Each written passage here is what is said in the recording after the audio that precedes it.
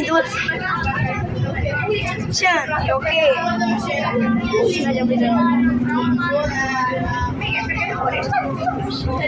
Csönd.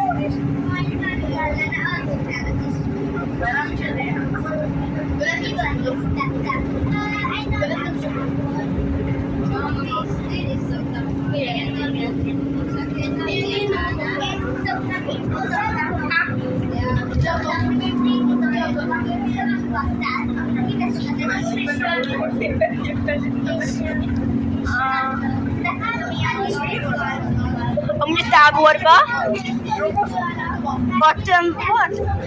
volt Balázs.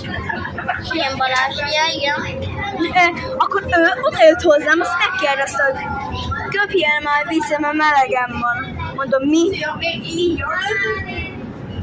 Szóval köptem vissza.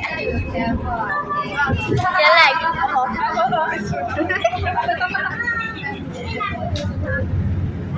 Oh no.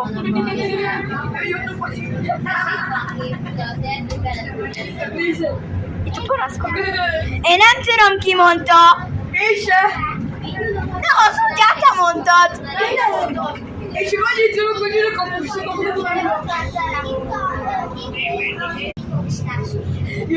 De innen hallottam mellettem. De most miért így?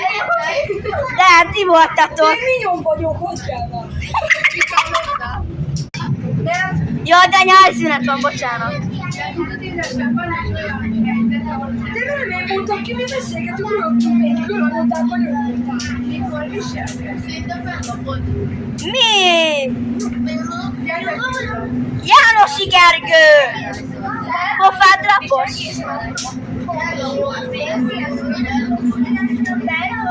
Nem, mert ő Jánosi Gergő!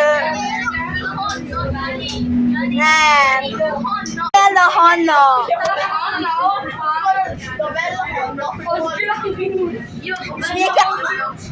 De ne csúfolj, mert úgy vagyok a Bella! De akkor Bella finom.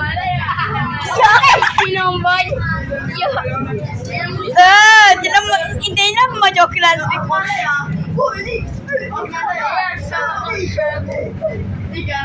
De hagyjatok már békén ezekkel! Bocsi, és nem bírom, nem tudok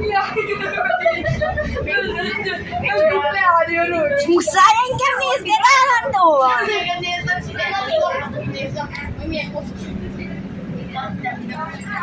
Ó, te hülye gyerek!